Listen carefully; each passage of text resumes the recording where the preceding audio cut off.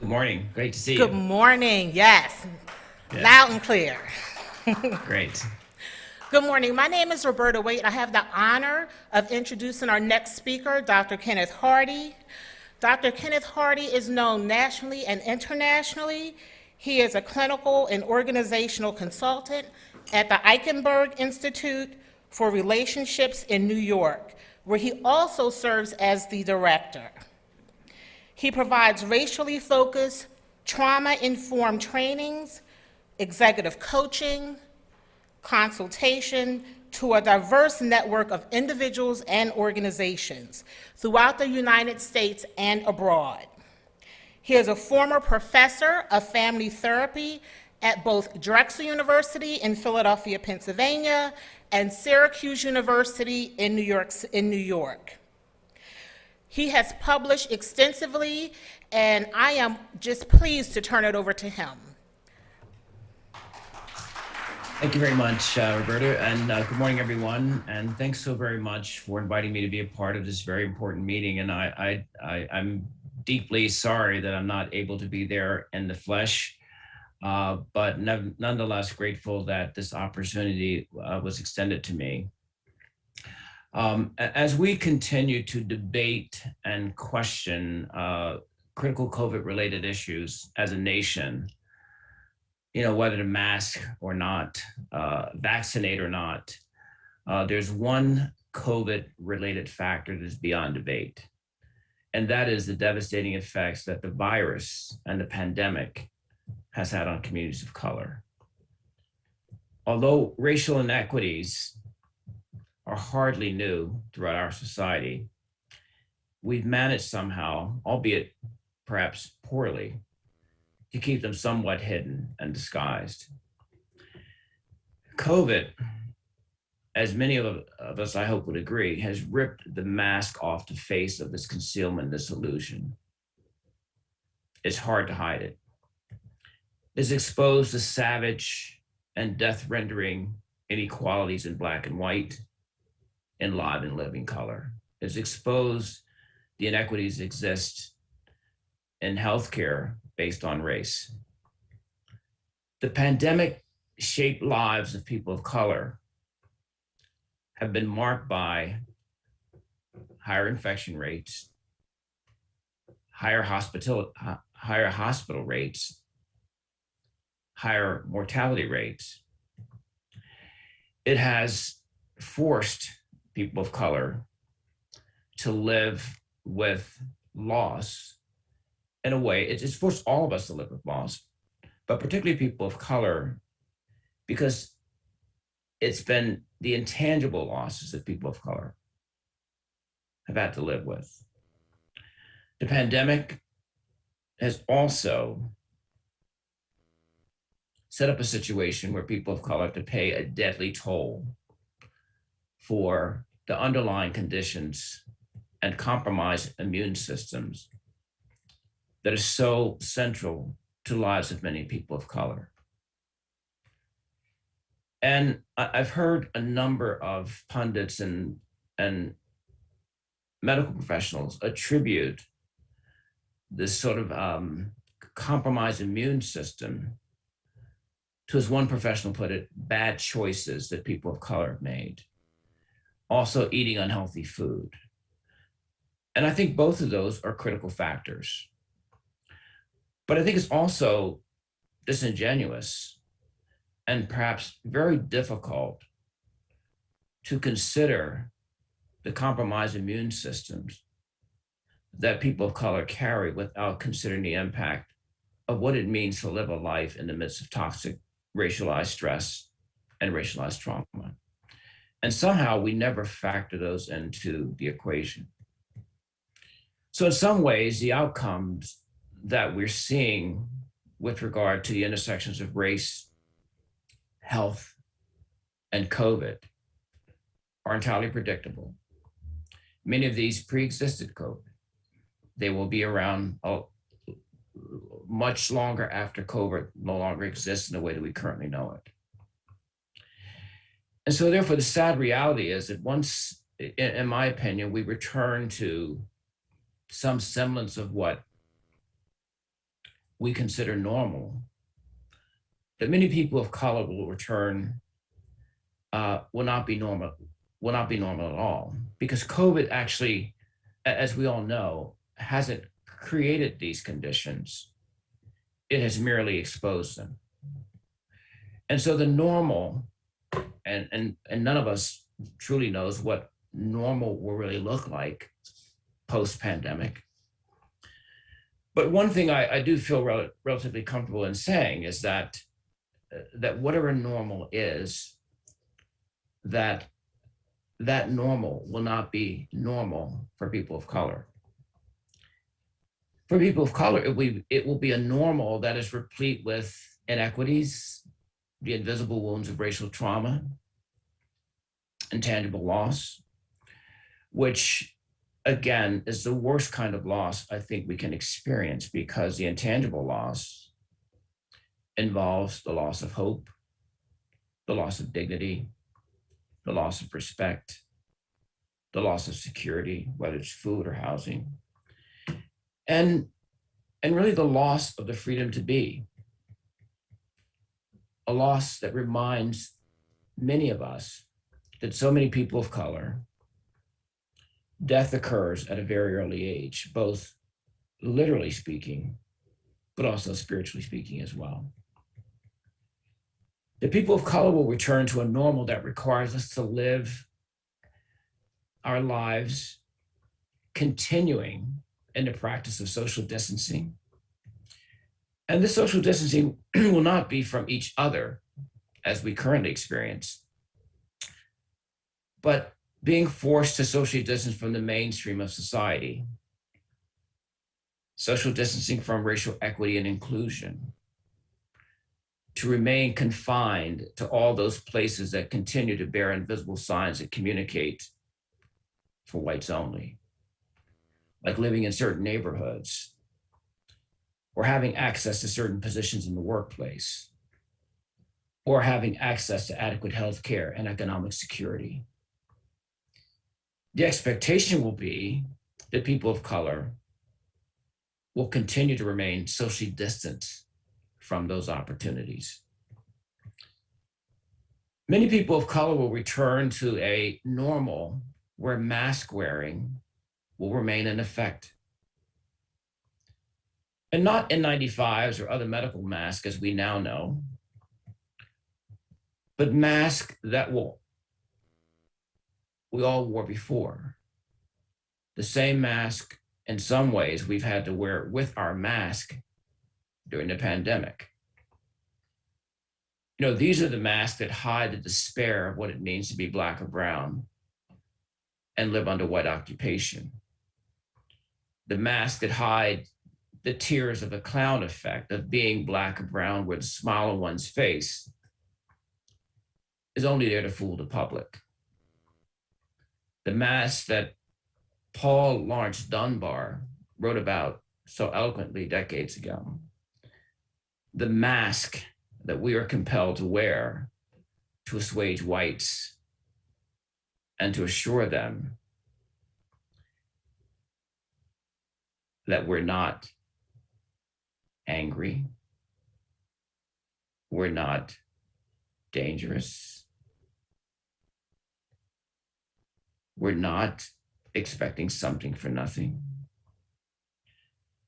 These are the masks that we wear to demonstrate who and what we are not, in order to be able to be embraced in a society that at times seems to be hopelessly organized and polarized around race, though it seldom admits it. These conditions, unfortunately, will continue to exist, in my humble opinion, until we are diligent and steadfast in deconstructing whiteness. Because it is whiteness and its progeny, systemic and structural racism, that really dictate the everyday life experiences of people of color in ways that people of color cannot ignore, and yet many white people are seldom conscious of.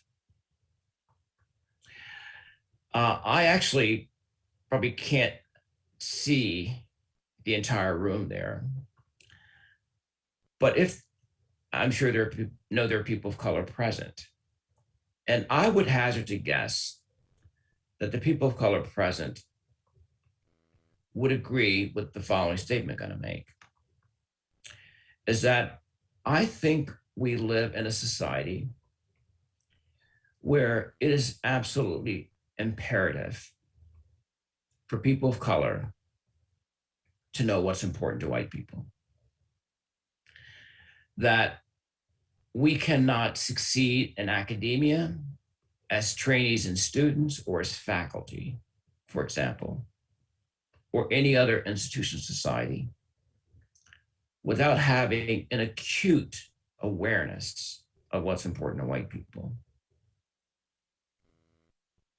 I would dare say that our survival, our survival is predicated on knowing what's important to white people. I also know that the reverse is not true. That white people, by and large, don't have to know what's important to the lives of people of color.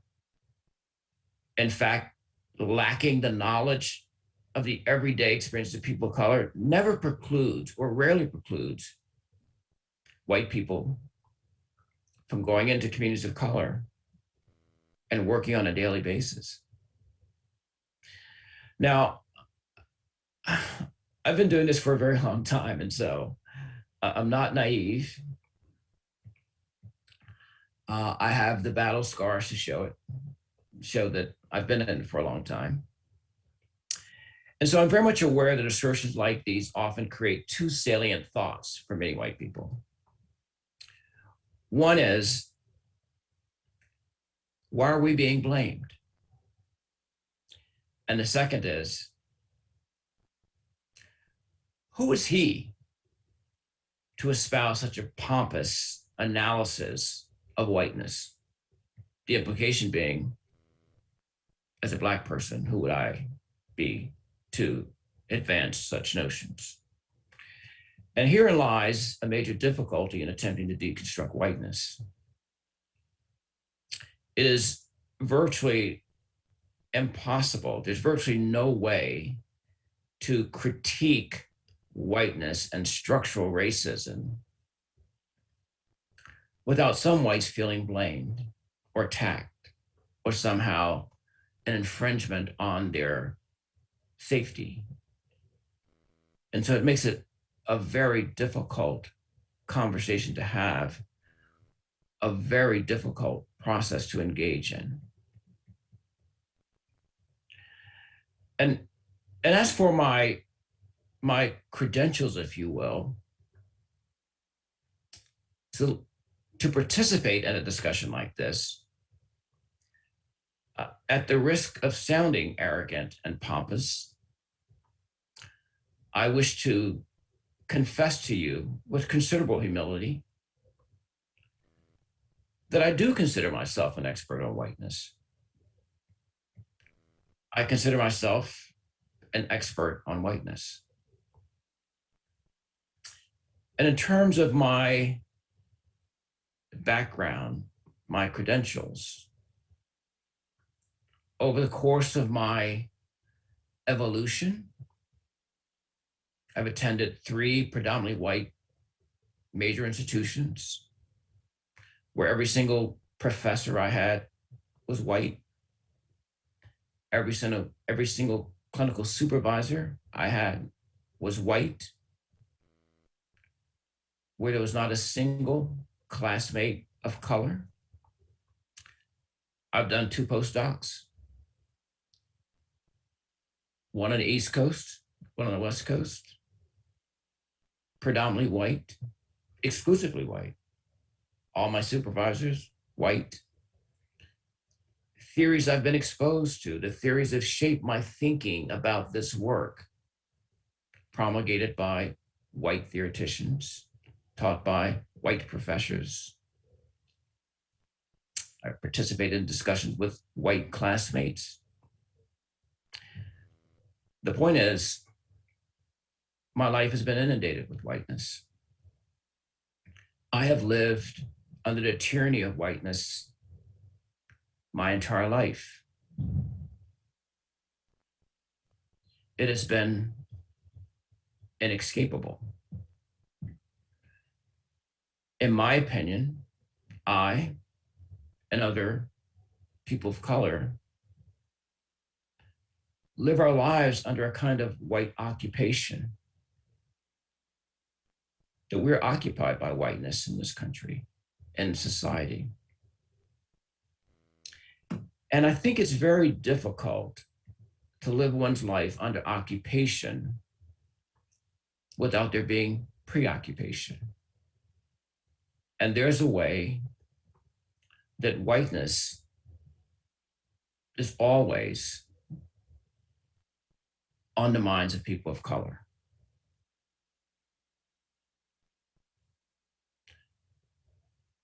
I'm very much aware when I'm in the spaces and smaller affinity groups, I hear stories from people of color talking about the ways in which how one is going to wear one's hair to work or what one will wear to work is shaped and informed by what white people might think. So there's a way in which I believe, as people of color, we live under white occupation. Just take a moment to think about it. I think, and some of you may beg to differ, and that's why I'm glad there will be some time for us to interact with each other.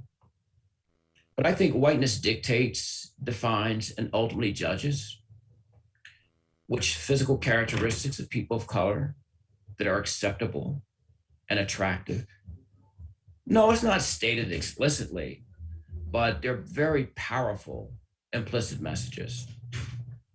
Whiteness dictates, defines, and ultimately judges how people of color should speak, who's articulate, who's not, what articulation is, what accents are acceptable, exotic, or ignorant, and which accents are barbaric. Whiteness dictates where people of color live, how we live, the quality of our lives. It even dictates if we live.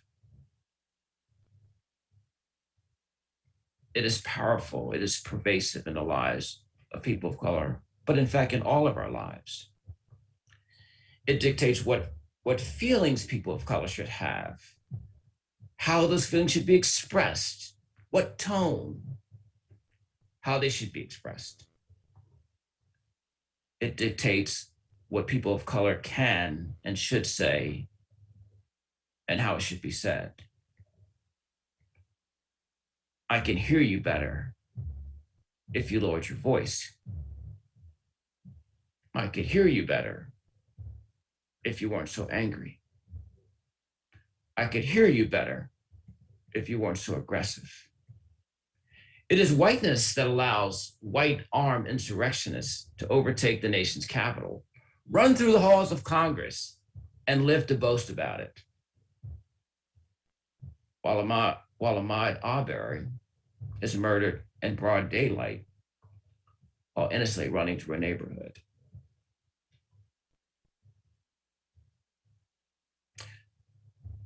While 13-year-old Tamir Rice murdered sitting in a park playing with a toy gun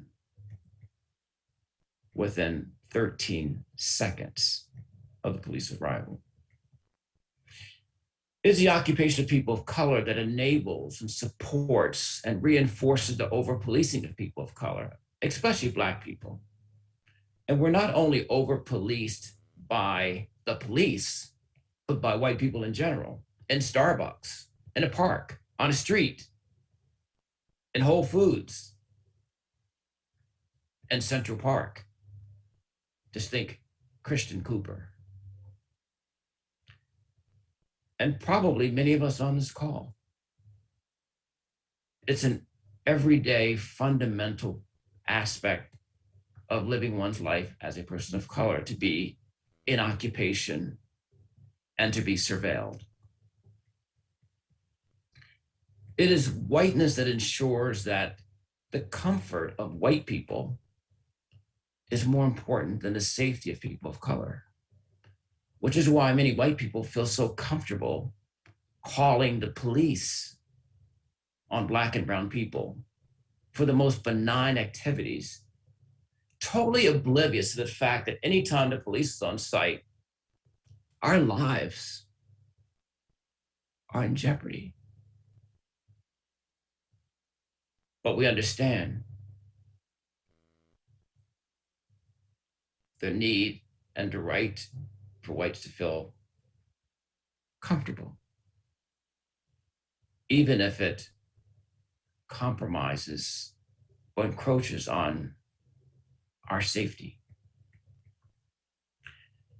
So that one cannot live a life of occupation and not be preoccupied with possessing a rudimentary understanding of the behavioral and psychological proclivities of one occupier. And so what I believe is that there are a number of issues that we have to sort of consider to recognize that whiteness is not just a demographic, but an ideology. And whiteness as an ideology is not unlike COVID. It is a type of virus. And whiteness as an ideology infects and affects us all. That actually one does not have to be white in order to be infected by whiteness. In fact, this is in part what helps to perpetuate structural and systemic racism. And yet whiteness remains invisible. It is rarely named. And yet it affects all aspects of our lives. And to think about it for a moment, what it means to share a space, to share a interracial space where people of color are, in my opinion, preoccupied with whiteness because our lives are affected by it, second to second, minute to minute, day to day. And many of the very white people with whom we interact with are oblivious to the notion that they're white.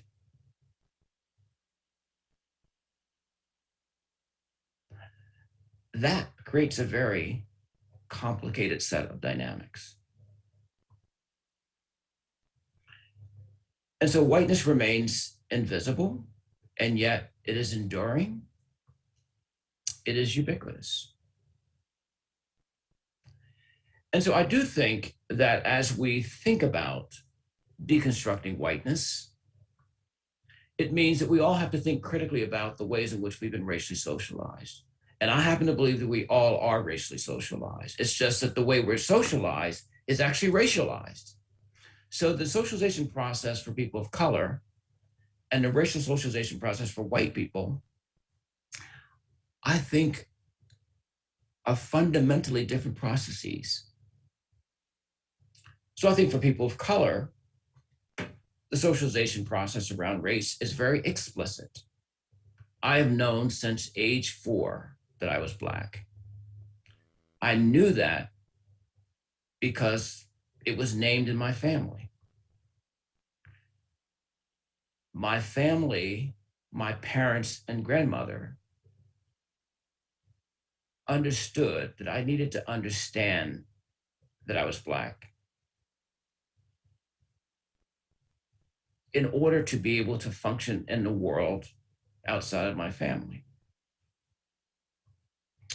And so Black and brown children grow up in families where receive the talk in some version, which is essentially a talk about race and how do you navigate your life out in a world that may not warmly and firmly embrace you the way that we embrace you here, my dear son. We want you to be prepared for that. So be conscious of where your hands are when you're in a department store. And no matter how much you're disrespected and talked down to, especially by law enforcement, be mindful of the bass in your voice. Get rid of the bass.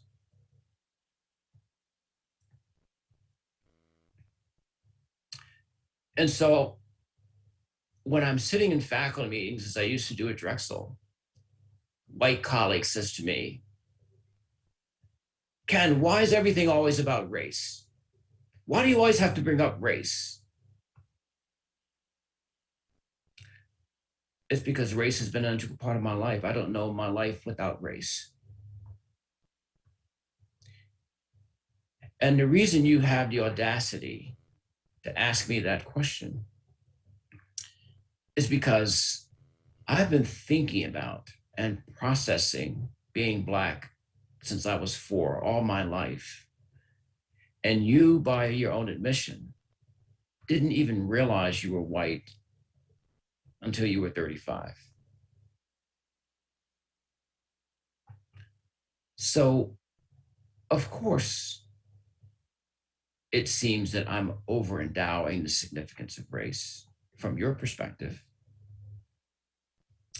And yet, from my perspective, it feels like you're under-endowing the significance of race. And this is oftentimes the difficulty we have in cross-racial spaces that make these conversations so difficult. It makes it difficult to dismantle whiteness, is because our contexts are different and our realities are different. And so I think, obviously I've never been socialized in a white family, but I think I do know a little bit about it.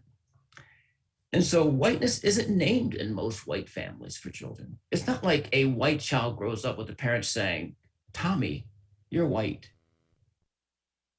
It doesn't happen. And I always find it intriguing that little white boys and little white girls early on in their families know that they're boys and know that they're girls, but don't know that they're white. That those who grew up Irish or Italian or Jewish know they're Irish, Italian, or Jewish respectively, but don't know they're white.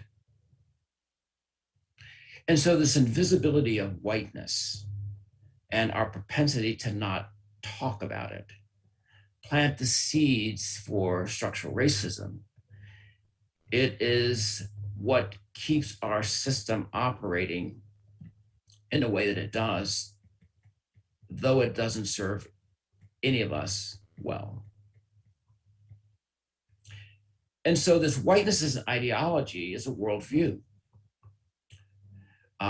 It is threaded into our socialization processes. And so I find it difficult to believe, and though in a few minutes, some of you may beg to differ and share that with me, and I welcome it, but I find it difficult to believe that any white person can grow up white in the United States of America and not intuitively believe in their inherent superiority.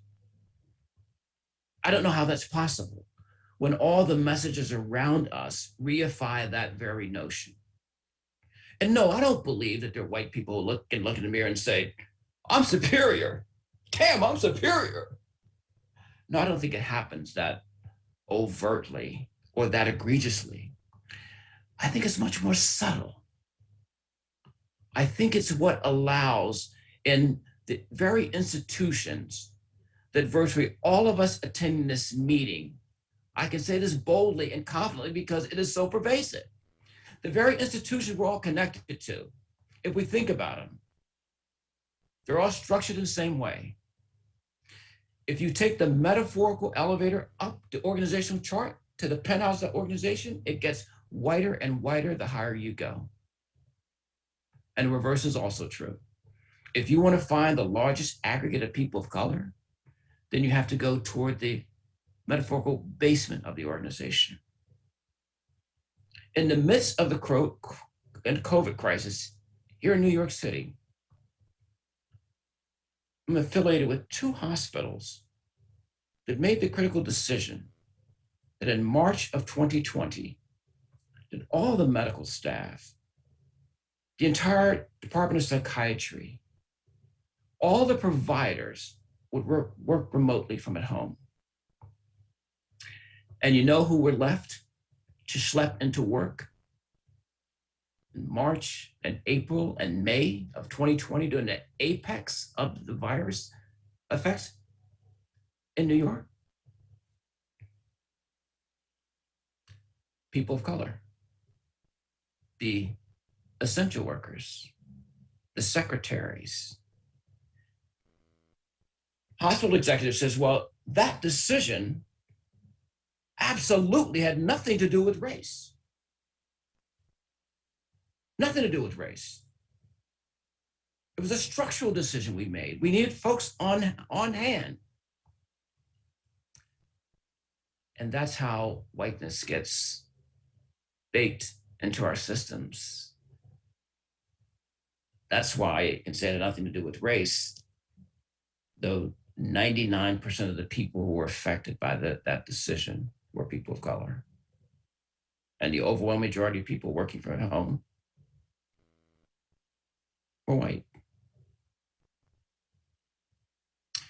So this piece around superiority, I don't think it's this egregious, overt thing, but I do think it's deeply internalized into our collective psyche in many ways. And just take, for example, I always try to find the most benign example. Like if you think about our currency, just think about our currency. How is it that in a multiracial society that prides itself on diversity, that we would have every piece of currency in our system bear the image of a white person? White men, but white people nevertheless. White men who are presumably heterosexual. How could that be? Doesn't it reify the notion, well, there's some element of superiority there, that our children have to grow up in a world where they don't see images of themselves there?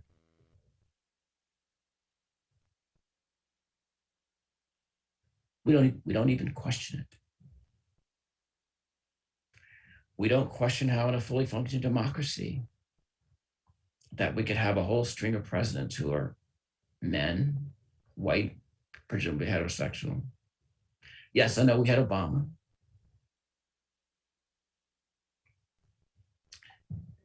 Who, in my opinion, was aided by white grandparents who could help to assuage the anxiety of what it would mean to have a Black president. And so there's a way in which our socialization process, the way we're socialized, predisposes us to perpetuate these notions around whiteness. And what I believe is, as I said earlier, that this ideology of whiteness can infect us all, that people of color can be both victims of and purveyors of whiteness without awareness, that there's a kind of centrality of whiteness that drives virtually everything we do, that this ideology can become inculcated in institutions that contribute to the formation of white spaces. I believe that any institution that has been historically populated by whites essentially becomes a white space. And once the space becomes a white space, it almost doesn't matter who is at the top of that institution. Because I think it's possible with whiteness as an ideology to change the complexion of an organization without changing the culture of the organization. And if I'm honest, what I believe is there's something about the prevalence of the ideology and whiteness in our institutions that almost demand that people of color in positions of authority have to, in many ways, subscribe to an ideology of whiteness in order to succeed in those organizations. So that when whiteness becomes centralized, as it is, it can become discreetly and cleverly codified into the fabric of what it means to be American, what it means to be human, what it means to be professional or a good institution, or maybe even what it means to be a good person. That oftentimes many of these are synonyms in some ways for whiteness. And that the essence of white spaces is where you can recruit and hire and install Black and brown faces in key positions without ever disrupting the centrality of whiteness, because the ideology is there. And part of that ideology is to keep it nameless and to keep it invisible. It allows whites to support other whites without any recognition or awareness that race had anything to do with it. Just yesterday, I was on a call with a woman, works in a hospital, and she literally used a term. She said, I was tapped by a friend of mine to apply for this position as executive in the hospital, and I was fortunate enough to get it. Well, if you were tapped for it, there's not terribly much suspense about whether or not it's going to work out favorably. And so I think that one can be and remain oblivious to how whiteness shapes the rules of our institutions and our organizations, and how it contributes to the pernicious P's of an organization, the policies, practices, protocols. That those are all that we have to sort of critique if we want to deconstruct whiteness. And that whiteness allows for this deracialization of whiteness and a sense of supremacy that comes with it. So that whites don't have to claim whiteness. It's just being normal or being human. And it sets up a context where when we think about race as a people of color issue, not an our issue. And so this gets perpetuated throughout organizations. I think it informs how many DEI positions are shaped and defined in organizations, and why those are usually marginally useful in organizations, because in many ways, they perpetuate the status quo. I believe that for many people of color in predominantly white institutions, and it's particularly true of the medical profession as well, that it's almost as if we have to become gems. And GEM is an acronym for good, effective, mainstream minorities. That we have to become good, effective, mainstream minorities in many predominantly white institutions, which doesn't disrupt whiteness. It actually ends up reinforcing and reifying whiteness. And so when I think about the whiteness as an ideology, here are a couple of assumptions I make. I think it's based on principles of Eurocentrism, exceptionalism, and supremacy. And I don't think there's anything inherently wrong with Eurocentrism. It's just the fact that not all of us are of European descent. And so how could one ideology, this sort of one size fit all, work for all of us? I think that whiteness perpetuates, reinforces, and supports dichotomous dualistic thinking. And this dualistic thinking then elevates the significance of a hierarchical view of the world. I don't believe that white people created hierarchy necessarily. not suggesting that, but I think there is a very strong correlation between whiteness and hierarchy as an organizing principle.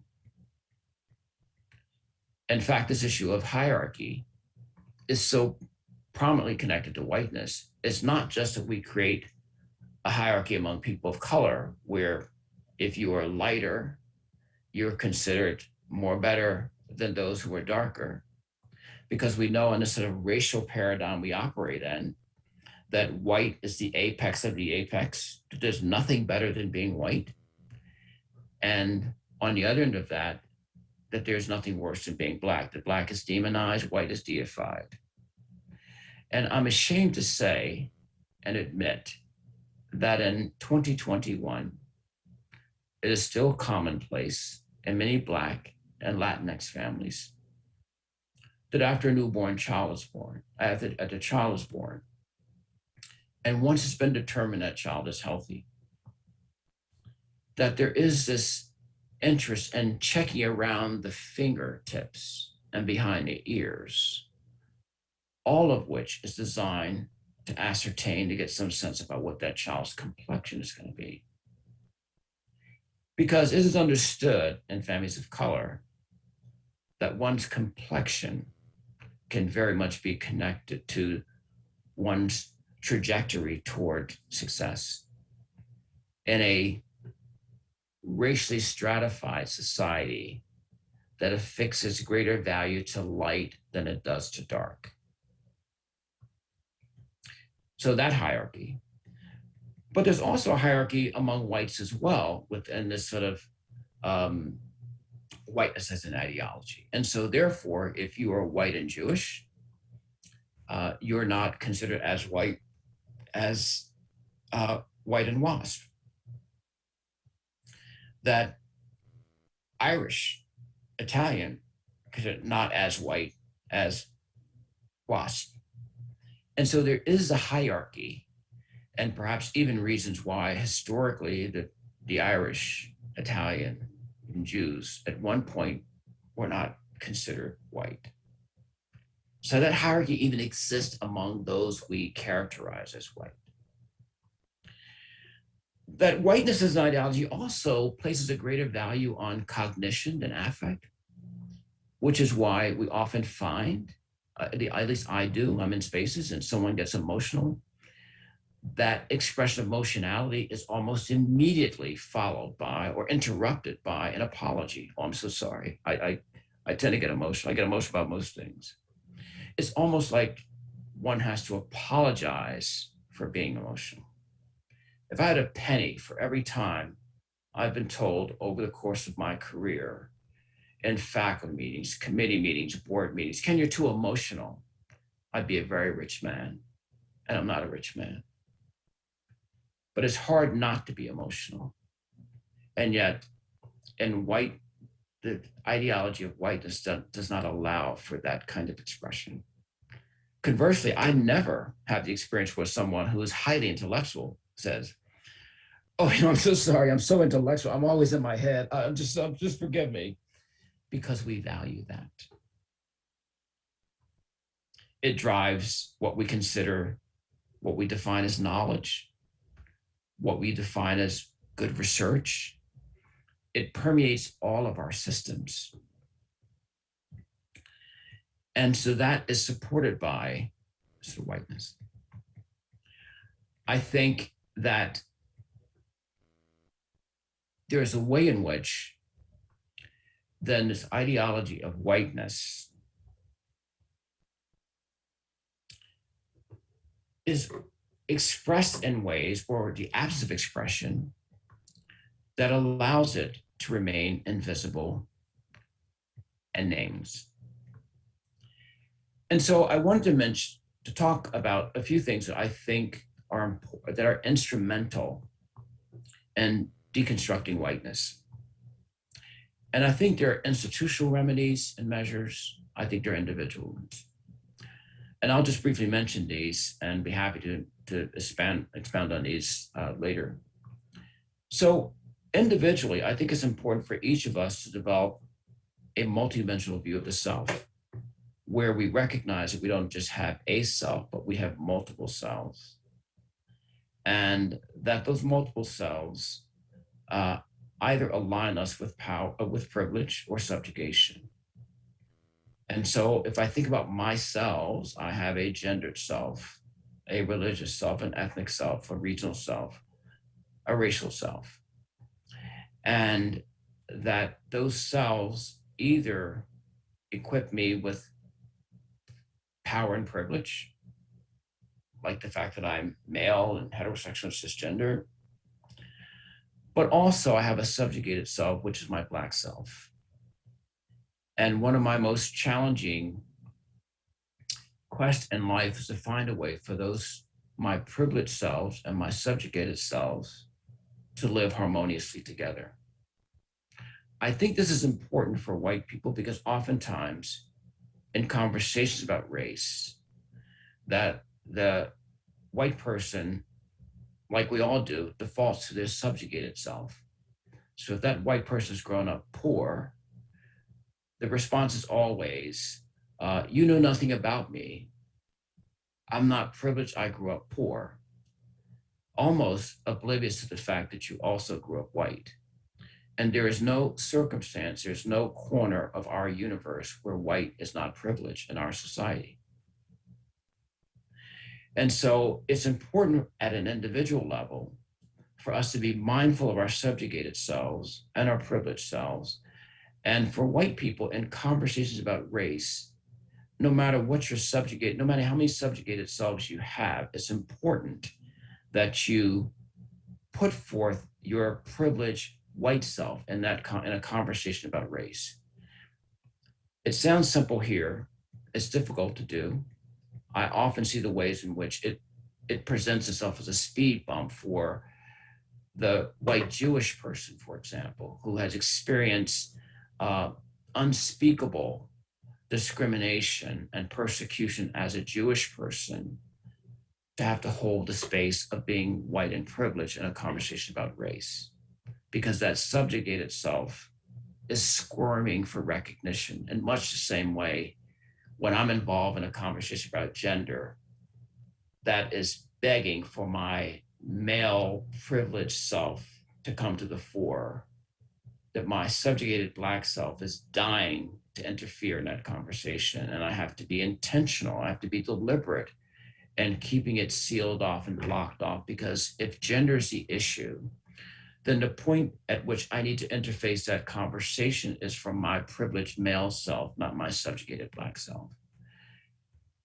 Many, not all, white people have difficulty keeping their subjugated selves in the background while allowing their white privileged selves to occupy the foreground.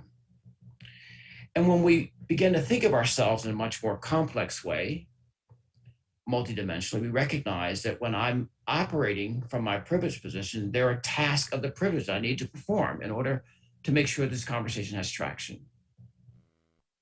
I don't have time now to get into that, but there are certain tasks that white people from a privileged position must adhere to, and particularly in cross-racial conversations, to ensure the viability of those conversations. I think at the individual level, it's also important for us to recognize that the business about race and deconstructing whiteness requires us to be involved in a three-step process. And that three-step process is seeing, being, and doing.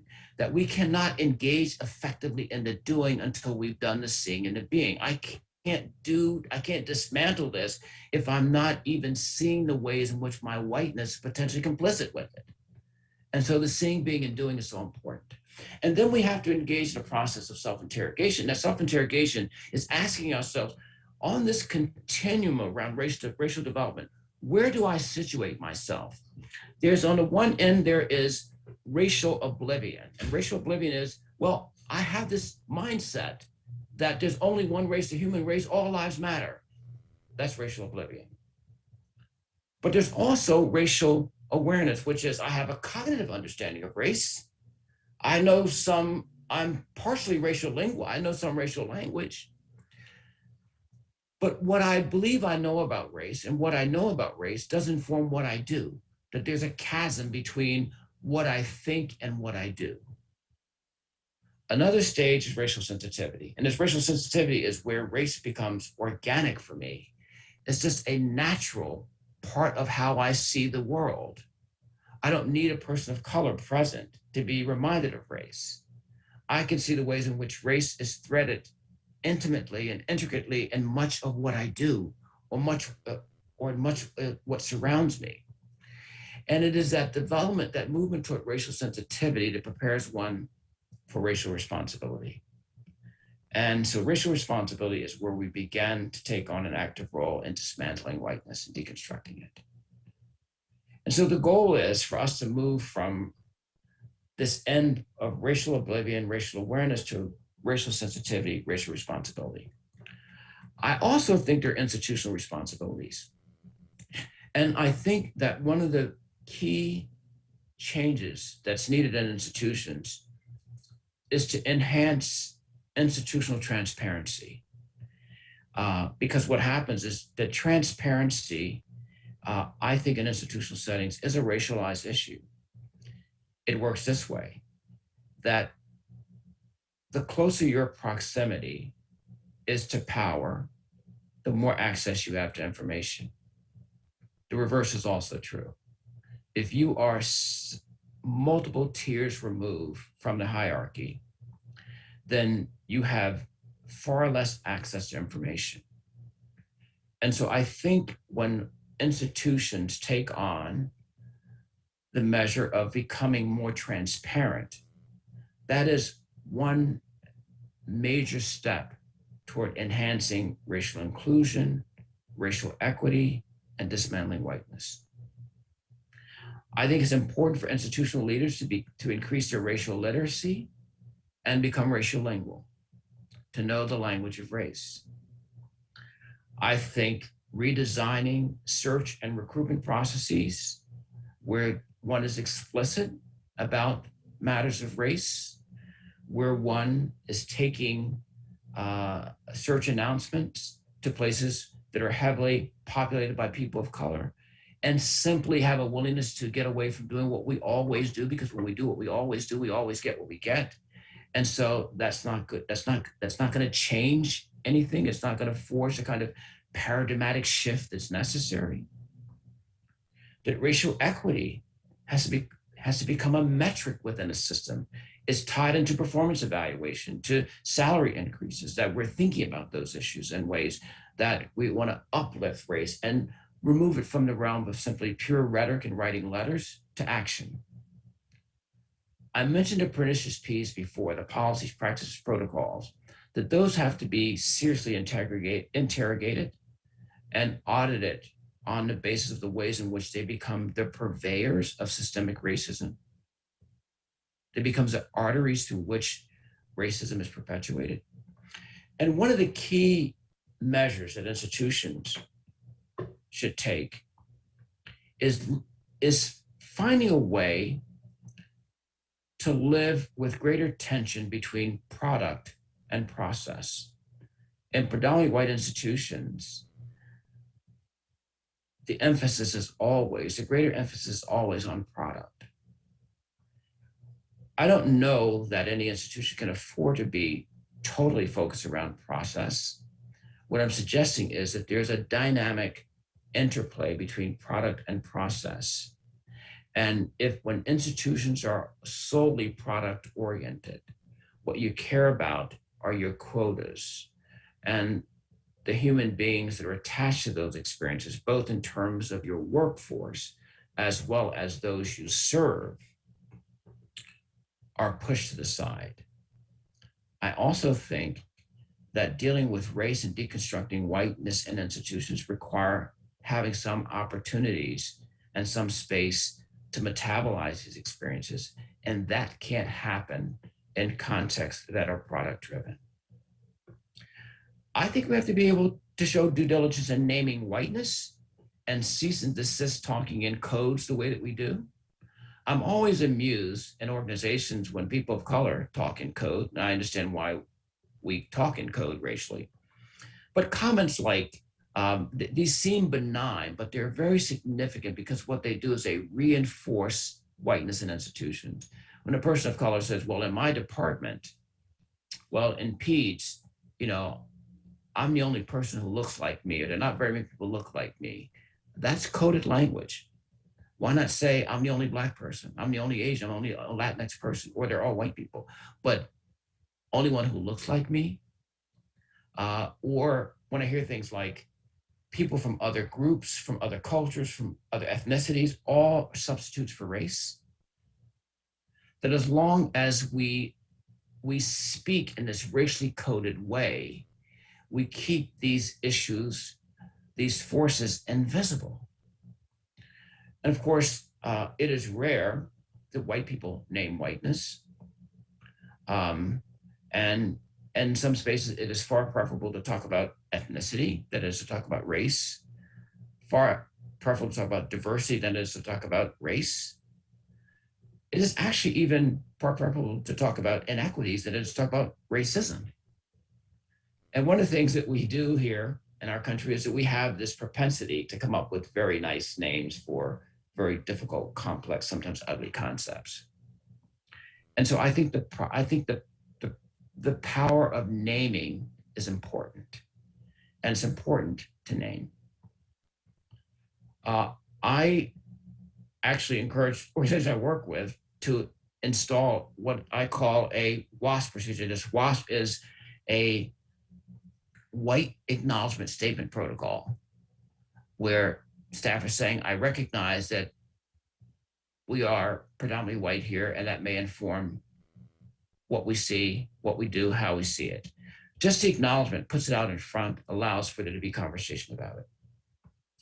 I also think that it's important for organizations to develop some type of mentoring where it's designed to sort of provide some guidance to people of color about how to navigate these predominantly white spaces without having to compromise their souls. I also think that's important to integrate racial sensitivity training. And I know that training sometimes gets a bad rap, but I think it's important because I don't know how else we educate and get ourselves informed around these issues. And I don't think, I remember at one institution I worked at where they had sexual harassment course, which was a 12-minute computer program where you had multiple opportunities to guess to get the right answer. When I'm speaking about training, that's not what I'm talking. I'm not talking about didactic, intellectual. I'm talking about experientially based, where we get to engage in this very important process of self-examination, self-interrogation, and self-reflection. And self-examination is where I'm being honest with myself about myself, racially speaking. That I'm taking the time to think through what have my experiences with race been? What have I been exposed to? What has helped shape what I believe? What messages have I internalized? And that self-interrogation is where I begin to ask very hard questions of myself. How have I been affected by growing up in a family where racial epithets were used fairly liberally? Or what is the consequence on my life that I've lived such a racially segregated life? Do I give myself a pass when I say, well, there's not much diversity where I live, and not give thought to, well, I choose where I live. And so maybe I live where I'm most comfortable living. And then this place of racial self-reflection is a process that I can only speak of in this very intellectual term, is where we decide, we make the decision to sort of sit in our poopy pamper, where all this matter that's been conjured up rather than immediately dismiss, denial, or deflect. I'm going to take a moment to sit with it and be reflective and see what happens next and the ways in which that potentially inspires me or paralyzes me. I don't believe that each of us here has to do everything. I do believe that each of us here has to commit to doing something. Thank you very much. Thanks for listening. I'm happy to take any questions or comments.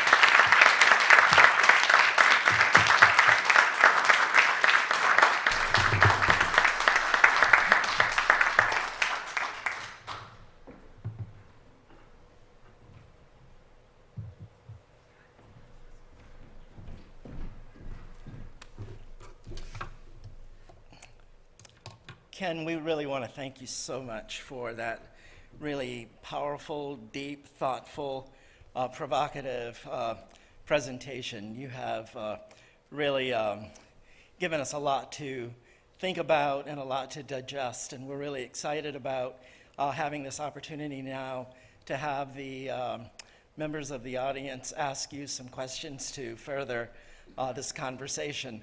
So remember, if you have a question or a comment, please go to the mic and look to the center so that Dr. Hardy can see you as you make these as you make your comments.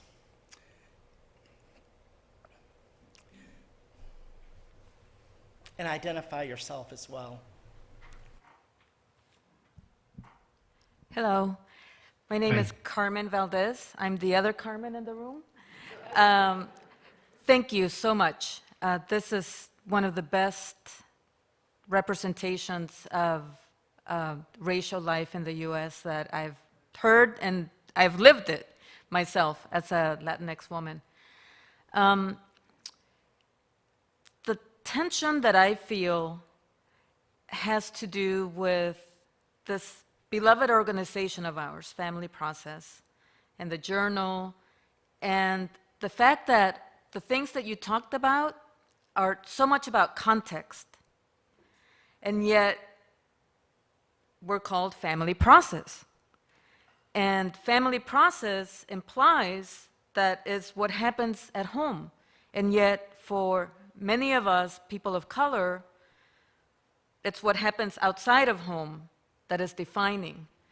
And yet, how can we, I feel like the name Family Process discourages people from writing about family context. And I don't know how to reconcile that. And again, I'm not criticizing the organization. I'm one of the associate editors of the journal. But I just feel very torn about that. It's not about what happens in families. If you look at the majority of family process theories, they don't apply to people of color. You know, you could be, like, I'm writing a paper right now about relational maintenance theories and how they apply to families separated by deportation. Well, guess what? It doesn't apply at all. When you were forced to be separated in a way that was violent, traumatic, and irreparable and irrevocable. And so I just really want for us to have more conversations about this, about how we can be thinking about family context and family process outside of the home as well, like social process. So thank you so much. Thank you very much. I appreciate your feedback. Thanks so much. Ken, do you have any response to that or any thoughts about that that you would like to share with the audience? Well, just that I talked about this intersection between like changing the complexion of organizations and changing the culture, and neither is easy. One is easier than the other, and so I think we can have an organization some modicum of success in changing the complexion. We can have an infusion of people of color. But it's all for naught if there isn't some corresponding change in culture. And I think the kinds of things that Carmen was mentioning was an invitation to have conversations about how might we reconceptualize what we do as a pathway to shifting a culture. And I think that's important.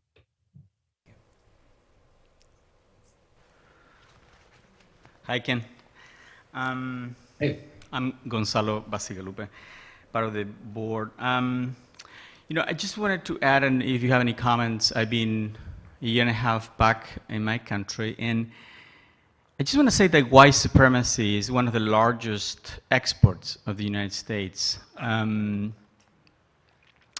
ran for office there, I lost, and one of the things that we notice is, and particularly because we are rewriting the constitution in Chile, and we actually selected the president of the convention is an indigenous representative of the indigenous people in Chile. And so it's very interesting that one of the largest counterattacks on this process, which is to rewrite a constitution that has this from the same times as the Constitution of the United States, how white supremacy gets in the way, and it is just a daily thing and reminder, particularly from the corporate, how it undermines autonomy, not only in the context of the United States for people of color, but actually for people all over the world who are trying to fight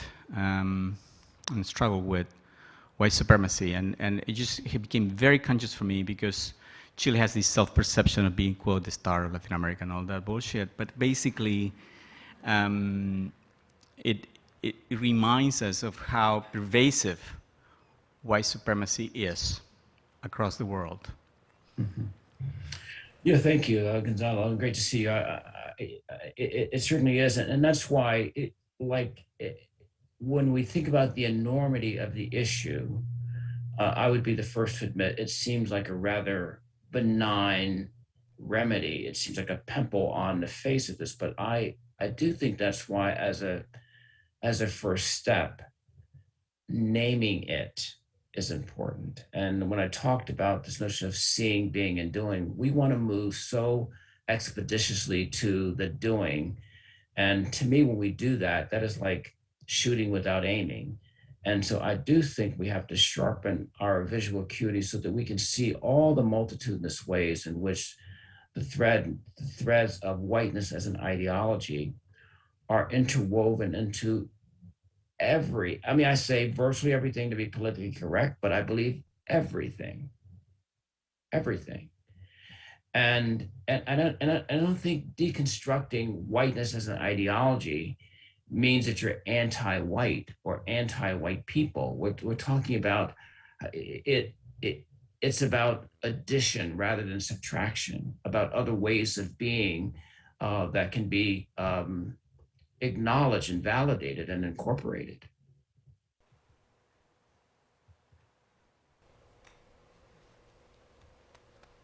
Hi, Ken. I'm Betsy Wood, and I am learning to be white and working on it.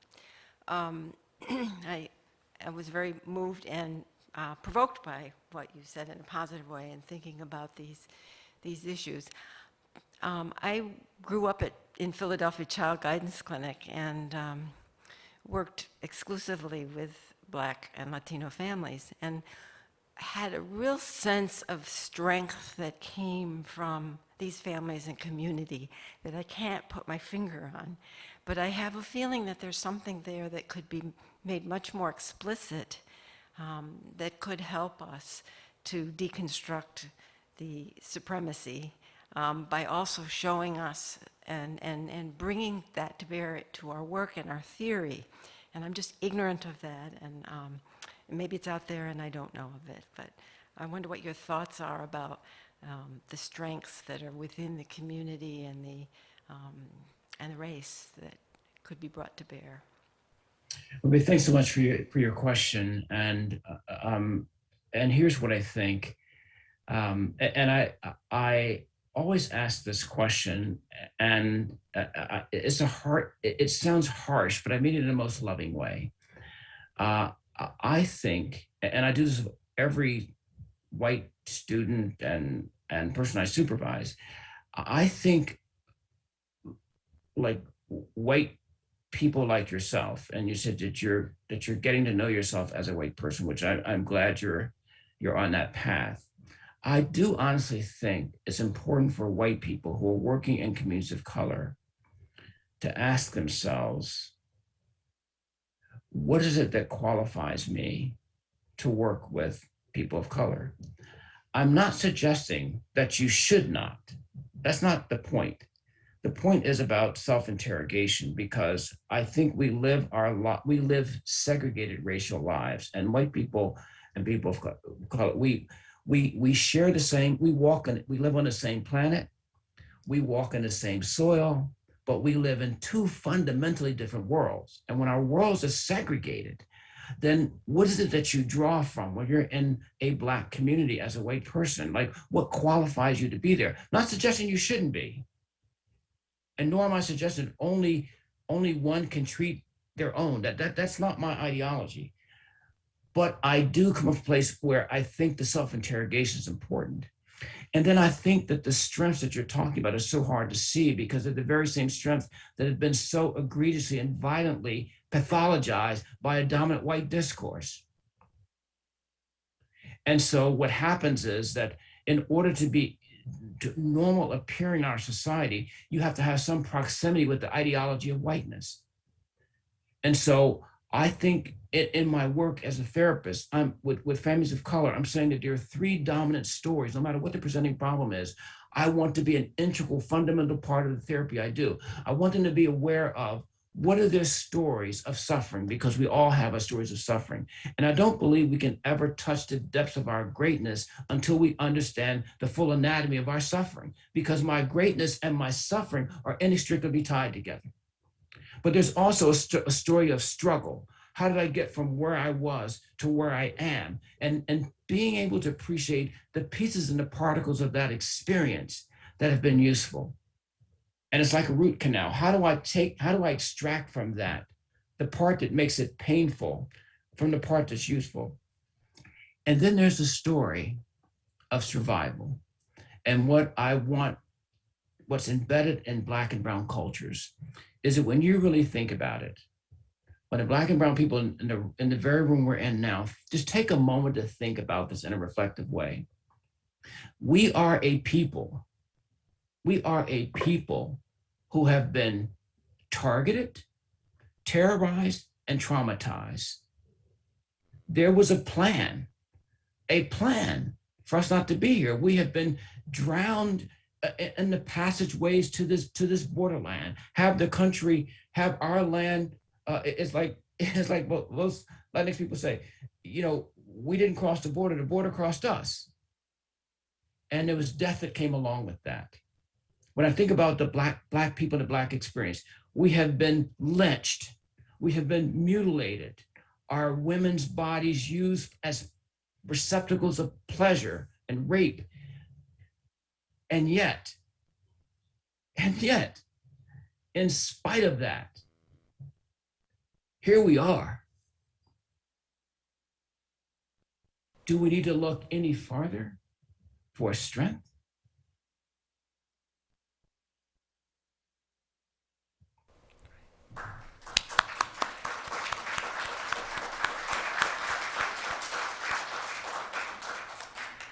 There's Thank you. I'd like to actually, after this conversation, I'm not so sure this question can follow up the thoughts you just shared. But anyway, I'd like to follow up Gonzalo's concern about white supremacy, but perhaps on a much more concrete individual micro level. So my name is Wen Rui Han.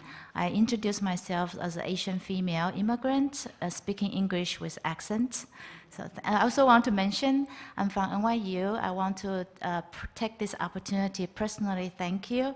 You went to our school 2.5 years ago, graciously consult us on the issue we are facing. We're still facing it.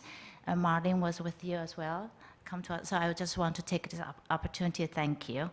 So my concern is, you also mentioned in your talk, is the white supremacy culture on a micro level has a lot to do, is the white leadership will purposely promote few select people of color to be the higher position.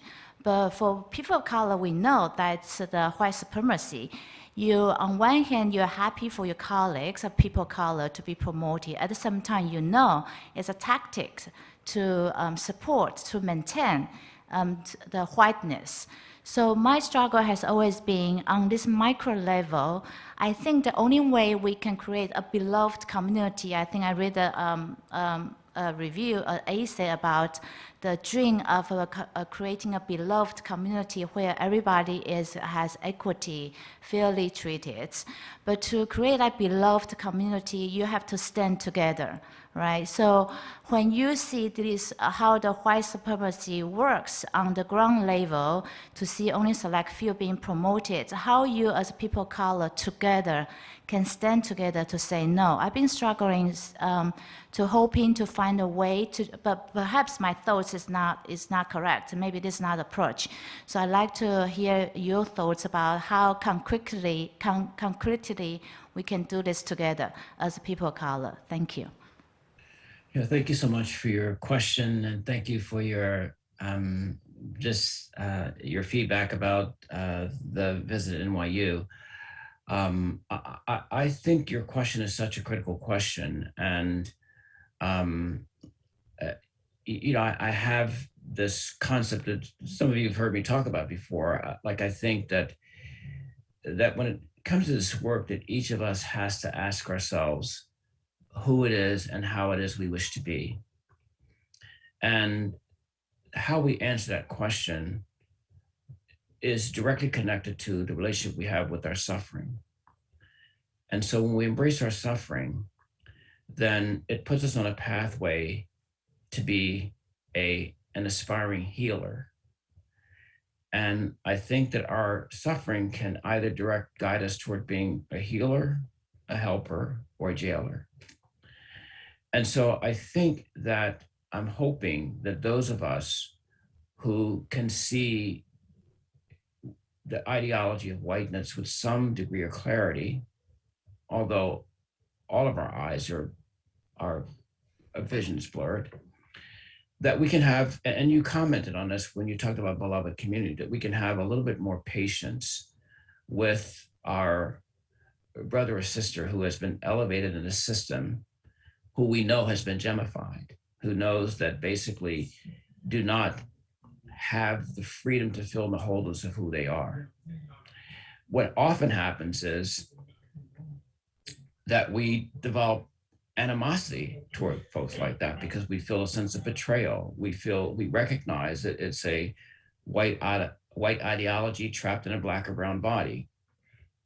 And so what happens is that becomes deeply polarized. And so we have these two strategies that we employ, and neither one of them works. One is polarization, the other is domination.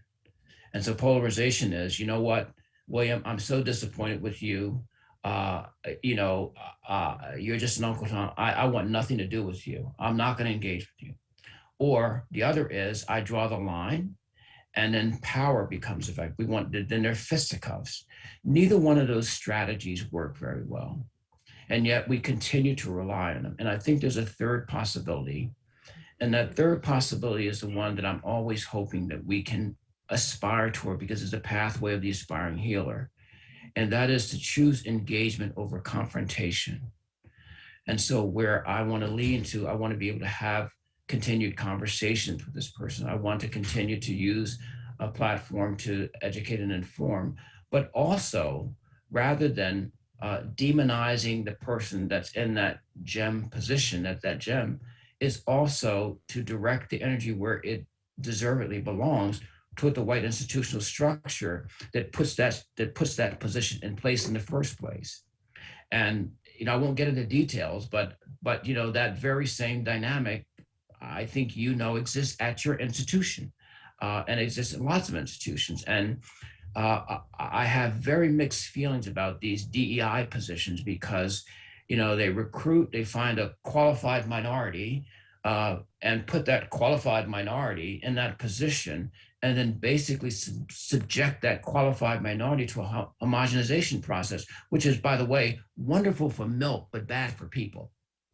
And so that person is not free to be Black, is not free to be Latinx, is not free to be Asian, have to be some reconfigured image of whiteness. And so I'm saying to CEOs and executives I work with, if you really want to move the needle around diversity, you really want to deconstruct whiteness, hire the person of color that makes you nervous. Hire the person of color that makes you uncomfortable, not the one that you characterize as easy to talk to, not angry, really have no access to grind, because all that person is going to do is to perpetuate the status quo. Great.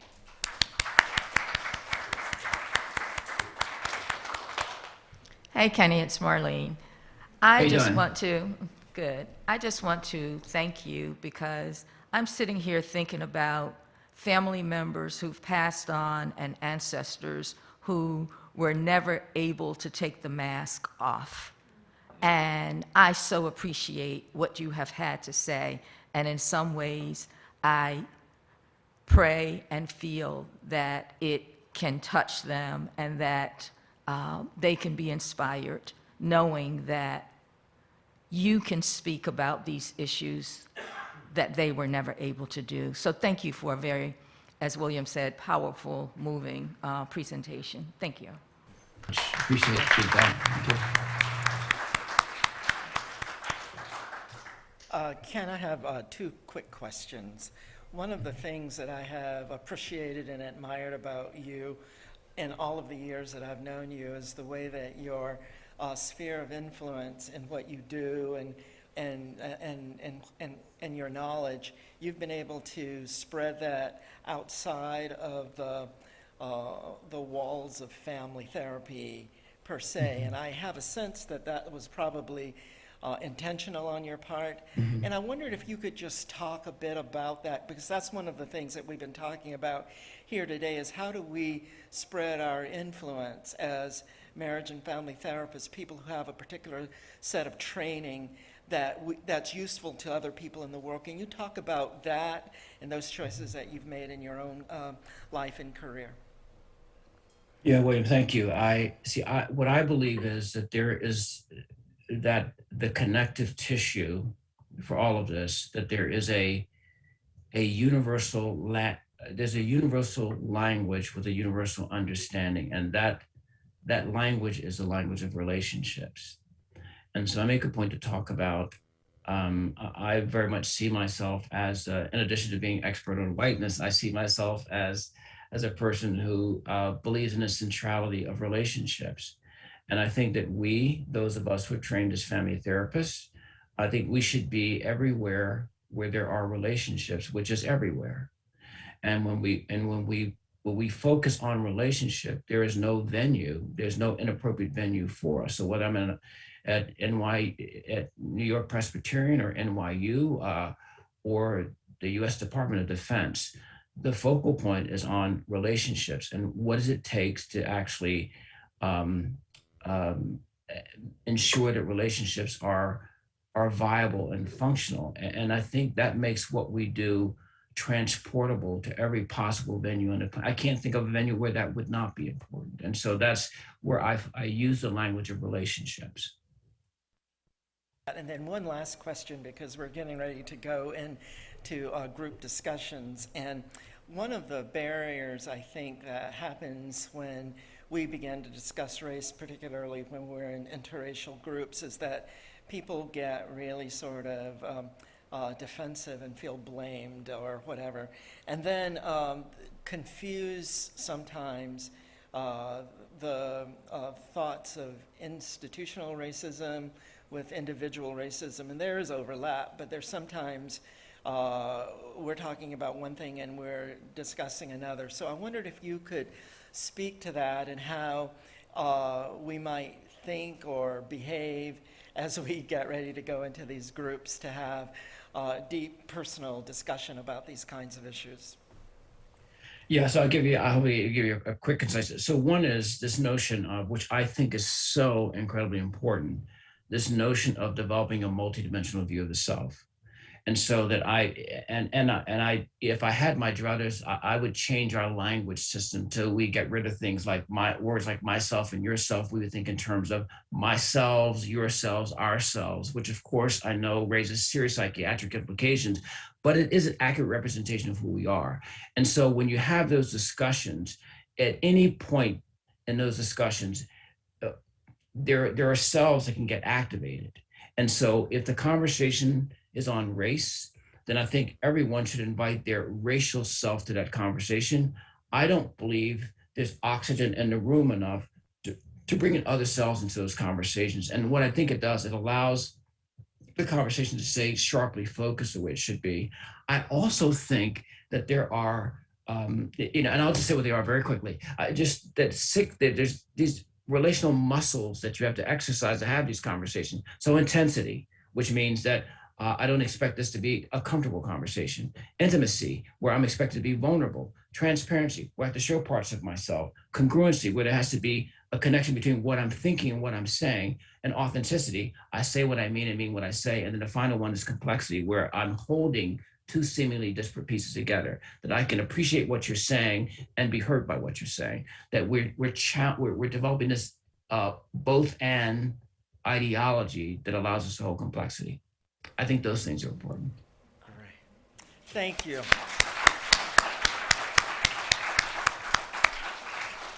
Ken, when we put this conference together, as Marianne and I were meeting, you were one of the first people that came to mind that we needed to have come to speak to us, and I cannot imagine us having a conference of this sort without hearing your voice.